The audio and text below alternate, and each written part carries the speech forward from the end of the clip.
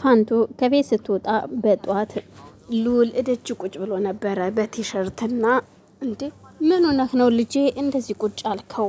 ምንድነው? ገና ልብስ እንኳን አልለበስክም። ምን ሆነህ ነው?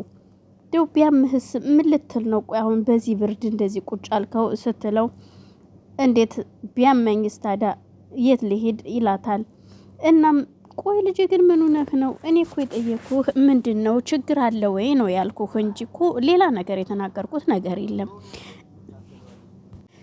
ቅን ብትመልስልኝ ምን አለበት? እኔ እኮ እናትህ ነኝ ስትለው እሱም እኔ ታዲያ ምን አልኩሽ? እኔ አሁን ወይዘሮ ፋንቱ አሁን ካጠገቤ ዞር ትይልኝ ምንድነው እያልሽኝ ያለሽው? እሺ ለምንድነው ቤት ገብተህ ቁጭ ማትለው? በቃ ደብሮ ከሆነ ቤት ግባ። በዚህ ብርድ እንዴት እዚህ ቁጭ ትላለህ? ብትታመም ደግሞ እደው ለማን ነው ስትለው ቆይን የምልሽ አንቺና ስንጨናቂ እዚህ ቤት እያላችሁ ምኑን ሰላም አለኝ? ሰላም ስለሌለኝ እኮ ነው ወጥቼ እዚህ በብርድ ቁጭ አልኩት። ቆይን ያንተን በሰላም ለማናገር ጸደይን መሆን አለብኝ እንዴ? ቆይ ምንድነው እያልክ ያለኸው? ግን ጸደይን መሆን ብትቺ በምን እድልሽ? ግን ደግሞ ጸደይ ለመሆን አትቺም አንቺ። የጸደይን ያክል ከየት አግኝተሻት? ጸደይ ማለት እኮ ህይወት ማለት ነች። የጨለመን የምታበራ ህይወት ነች። ስለዚህ ስለ ጸደይ አትናገሪ። በነሻውን ካጠገቤ ዘወር ትይልኝ ይላትና እሷም በጣም ትናደድና ወይ ጉድ ብላ ወደ ቤቷ ትገባለች። በዛር መሀል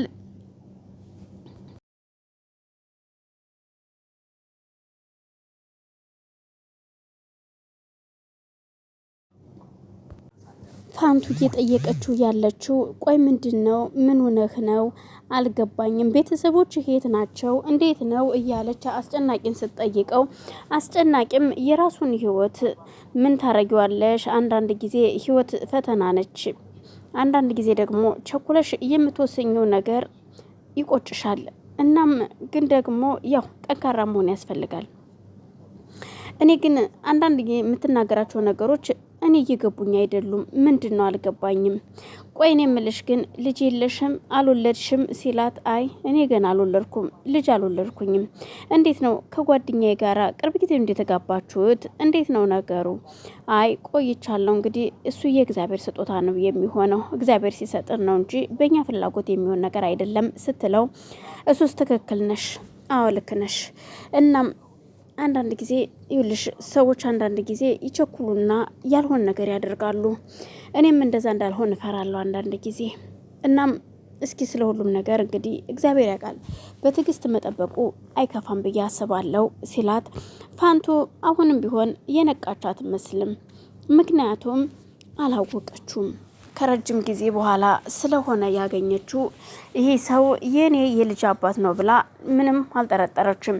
እሱ ግን ደግሞ ያው የምትፈልገው ከሷ ማውጣጣት፣ የት አካባቢ እንደተወለደች፣ የት እንዳለችና ልጅ እንዳላት እንደሌላት፣ ጸደይ የማናት ልጅ የሚለውን ከሷ እያጣራ ነበር። ግን እሷ ደግሞ ልጅ እንዳልወለደች እየነገረችው ነው። በዛ መሀል ተፈሪ ይመጣና ወደ ልጁ መኝታ ቤት ይሄዳል። ልጁ መኝታ ቤት ሉል ጋር ከገባ በኋላ እሺ ልጅ እንዴት ነህ? ደህና ነህ ወይ ሲለው ደህና ነኝ አባዬ አለው፣ ሰላም ነኝ። እና ምን አዲስ ነገር አለ? እኔ ምንም ያው ቤት ቁጭ ብያለሁ፣ ሌላ ምንም ነገር እያደረኩኝ አይደለም አባዬ። ምን ይህ አስጨናቂ የሚባል ሰውዬ እያለ ቤት ነው ሲል ተው ልጄ ተው፣ እንግዳ እንደዚህ አይባልም፣ ተው ልጄ ይለዋል። እናም እሱማ ችግር የለውም ነው ትክክል ነሽ። እሱማ ግን ደግሞ ያው ይልና ለሻውን ለማንኛውም እና እንሂድ ወደ ሳሎን እራት እንብላ ሰብሰብ እንበልና ይልና ይዞት ይመጣል። ይዞት መጥቶ ፋንቱና አስጨናቂ ቁጭ ብለው ስለነበርሽ እንዴት አመሻችሁ? እንዴት ናችሁ? እነሱም ፈገግ ብለው ተቀብሏቸው ቁጭ ይላሉ ሁለቱም። እሺ እንዴት ናችሁ? አረረረ ጉርምሳህን ይዘህ መጣህ እንዴ ወደ ክፍሉ ገብተህ ሲለው አዎ የኔ ጎረምሳ ይኸው ብቻውን ነው ብዙ ጊዜ የሚቀመጠውና ለዛ ነው ይዤው የመጣሁት ከኛ ጋር እስኪ ትንሽ ይጫወት ብዬ ነው ሲል ይመልስለታል። በዛን ሰዓት እሺ የኛ ጎረምሳ እንዴት ነህ ደህና ነው ወይ ብሎ ፈገግ እያለ አስጨናቂም ሉልን ያናግረዋል። ሉልም ግራ ተጋባና እንዴት ነው ነገሩ? አንዴ ሽንታም ብሎ ከመሳደብ ደግሞ የኔ ጎበዝ ጎረምሳ እየተባለ መሞገስ ምንድን ነው? እንዴ ዛሬ ግን ቆይ ምንድነው አልገባኝም። ግን ዛሬ እንዴት ነው ነገሩ? ምን የተቀየረ ነገር አለ እንዴ ሲል ሉልም ግራ ይገባዋል። ተፈሪም ዛሬ እኔ በጣም ደስ ብሎኛል እንደዚህ ተቀይራችሁ በማየቴ ሲል ደግሞ ሁለታችሁ በጣም ተግባብታችኋል ይለዋል። አስጨናቂም ሉልን እያየ ፈገግ ይላል። ሉል የሚያየው ፋንቱን ነበር። ፋንቱ አንገቷን ደፍታ ቁጭ ብላለች። ምን ሆነሽ ነው ግን ቆይ በሰላም ነው ሲል ተፈሪ ጠይቃታል። አይ ምንም አልሆንኩም ያው ከሁሉም ጋር ሲግባባ እኔን ብቻ እንደማይወደኝ ሳቅ ተሰምቶኝ ነው ስትል ፋንቱ አሁንም አንገቷን ቀብራ ማዘን ትጀምራለች። በዛን ሰዓት ሉልም በጣም ስሜታዊ የሆነና በጣም ይቅርታ፣ አዎ እናት እንደሌለኝ እያወቅሽ አይደለ እንደዚህ የምትኝ? አዎ እናት አንድ ጊዜ ነው የምትገኘው። እናት ደግሞ ያው እናት ናት። እናቴን መሆን አትችይም። አሁንም ልንገርሽ አይደለም። አሁን እናቴ ደግሞ ሞታለች፣ የለችም። ስለዚህ ለምን ሳቀ ለምን አይከፋም ብለሽ ነው አይደለ እንደዚህ ያልሽኝ ሲል ይናገራታል። አይ ይቅርታ እንደዛ እንኳን ለማለት ፈልጌ አይደለም፣ ግን እኔ እናትን ለመሆን ብጥር አንተ ልትቀበለኝ አልቻልክም።